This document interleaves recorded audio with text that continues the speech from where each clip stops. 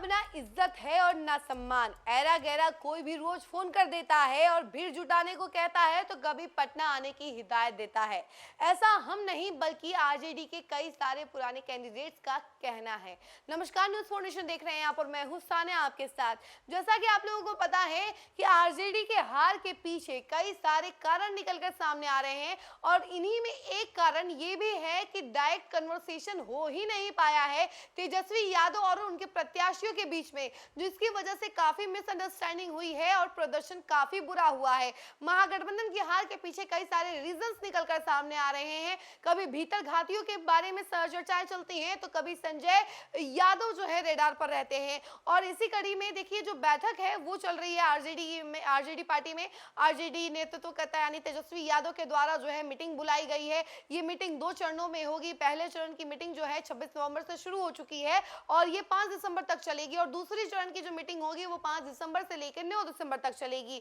और इसी बीच में वो प्रत्याशियों को बुला के अलग अलग जिलों के प्रत्याशियों को बुलाएंगे, उनसे मिलेंगे, बातचीत करेंगे और 1 to 1 कन्वर्सेशन करके हारने का रीजन जानने की कोशिश करेंगे कि क्या कुछ रीजन रहा है जिसकी वजह से वो हारे हैं। और इसी कड़ी में कई सारे प्रत्याशियों का ये तक कहना है कि ऐरा गैरा कोई भी उनको फोन कर देता है और भीड़ जुटाने के लिए कहता है, कभी पटना आने के लिए हिदायत देता है और कन्वर्सेशन नहीं करने देता है तेजस्वी यादव से। ये सारी बातें जो है लगातार निकलकर सामने आ रही है। इसको लेकर और क्या कुछ कह रहे हैं कैंडिडेट्स जो उनसे मिलने आए थे, उनके बारे में भी हम जरा आपको विस्तार से बताते हैं।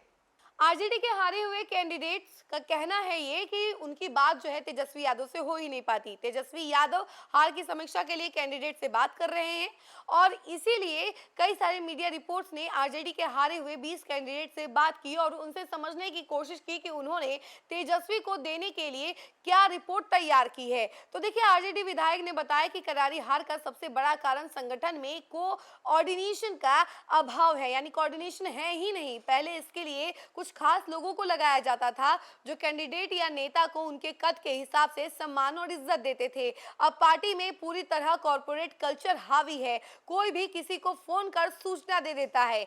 इसके कारण न केवल जमीनी स्तर पर नेताओं में नाराजगी थी बल्कि नेता का मैसेज भी सही तरीके से जमीन पर नहीं पहुंच पाता था। इतना ही नहीं, पार्टी के प्रदेश से लेकर जिला, प्रखंड और पंचायत स्तर के नेताओं को दरकिनार कर एक पेड टीम बनाई गई थी जिसमें चुनाव में काम किया। टीम प्रॉपर मैसेज नहीं पहुंचा पाई और तेजस्वी यादव के सलाहकार संजय यादव की मनमानी के बारे में आरजेडी नेताओं ने बताया। पार्टी के 3 बड़े काम संजय यादव ने अपनी खास टीम को दी थी। सबसे बड़ा खेला यही हुआ। इसके कारण ग्राउंड स्तर पर गलत मैसेज गया। पहला बड़ा खेला सर्वे में हुआ है, वहीं सर्वे की गलत जानकारी तेजस्वी यादव तक पहुंचाई गई। जहां हम कमजोर थे वहां भी मजबूत दिखाया गया।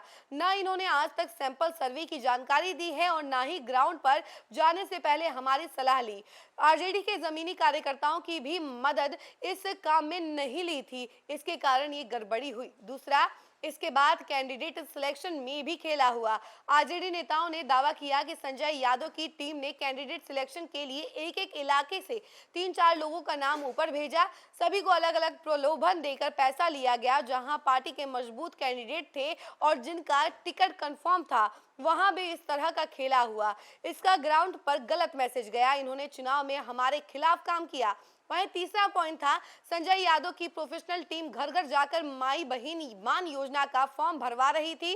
टीम के लोगों ने इलाके के कैंडिडेट से भी पैसा लिया और जिनका फॉर्म भरवाया उनसे भी लिया। ये टीम विधानसभा के हर घर तक पहुंच भी नहीं पाई। पैसा मांगने के कारण हमारे नेता की अच्छी नीति का गलत मैसेज जनता तक गया।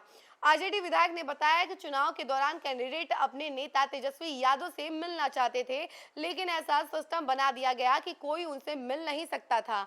इसमें नेता का कोई दोष नहीं है। उन्हें इस तरह व्यस्त किया गया कि उनके पास समय ही नहीं था। एक दिन में उनकी 15 से 17 रैली कराई गई। इसका नतीजा ये हुआ कि ना वे रैली में स्टेज पर टाइम दे पाए और ना कार्यकर्ताओं से मिल पाए। ये भी हमारे लिए नुकसान दे रहा। कैंडिडेट ने बताया कि सिटिंग विधायकों का टिकट काट दिया गया लेकिन उनसे बात तक नहीं की गई। बस लिस्ट जारी कर दी गई। टिकट क्यों काटा गया नहीं बताया गया। उनसे तेजस्वी यादव ने मिलना तक मुनासिब नहीं समझा। इससे समस्या यह हुई कि टिकट कटने के बाद कुछ लोग खुलकर तो कुछ पर्दे के पीछे से पार्टी को हराने में जुट गए। मगध के एक विधायक ने नवीन नगर सीट का उदाहरण देते हुए बताया कि अगर वहां डब्लू सिंह को टिकट मिल जाता तो वो भीतरी वर्सेस बाहरी की मजबूत फाइट होती, लेकिन टिकट नहीं मिला। नतीजा हुआ कि डब्लू सिंह राजद के लिए समर्पित थे, वहीं जदयू कैंडिडेट को जिताने में जुट गए। विधायकों ने बताया कि सोशल इंजीनियरिंग समझने में हमसे बड़ी गलती हुई है। हम पूरे चुनाव तक इस बात के लिए आशान्वित रहे कि हमें सभी जाति का वोट मिलेगा। इसी के आधार पर गठबंधन तैयार किया गया और कैंडिडेट का सिलेक्शन किया गया, लेकिन जमीन पर हमारी ये इंजीनियरिंग पूरी तरह फेल रही। विधायकों ने बताया कि महागठबंधन की तरफ से मुकेश सहनी को डिप्टी सीएम का कैंडिडेट बनाना भी गलत फैसला था। इसके कारण कम से कम 30 से 40% से ज्यादा मुस्लिम हमसे दूर हो गए। इतना ही नहीं, मुकेश सहनी अपनी जाति का वोट भी पूरी तरह नहीं दिला पाए। उन्होंने बताया कि हमें अपनी जाति का तो वोट हर इलाके में मिला, लेकिन हम जिस आदर्श जाति के वोट को हासिल करने की कोशिश कर रहे थे उसमें कामयाबी नहीं मिली। विधानसभा चुनाव परिणाम के 12 दिन बाद आरजेडी ने अपनी हार की समीक्षा शुरू की है। पार्टी 119 सीटों पर हार के कारणों को टटोलने की कोशिश कर रही है। हर कैंडिडेट से 1-to-1 मीटिंग कर उनसे booth level report, voting pattern और इसके साथ ही साथ सहयोगी दलों के प्रदर्शन, संगठन की भूमिका पर फीडबैक लिया जा रहा है। 26 नवंबर से 4 दिसंबर तक चलने वाले इस कार्यक्रम की शुरुआत मगध प्रमंडल के नेताओं से हुई थी।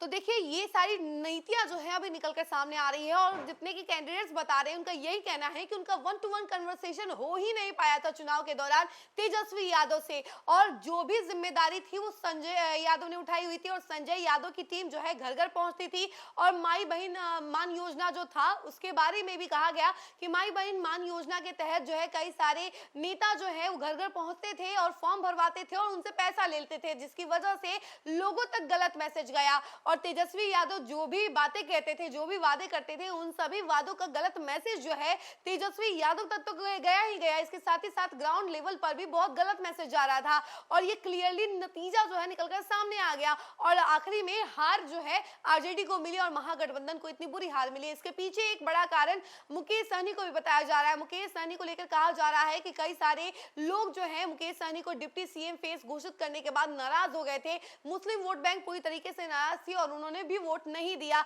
और मुकेश सहनी तो अपनी जाति का भी वोट जो है आरजेडी को चाहे महागठबंधन को नहीं दिला पाए। इस खबर फिलहाल के लिए इतना ही। ऐसे तमाम अपडेट के लिए जुड़े रहे हमसे और देखते रहे न्यूज़ फॉर नेशन। धन्यवाद।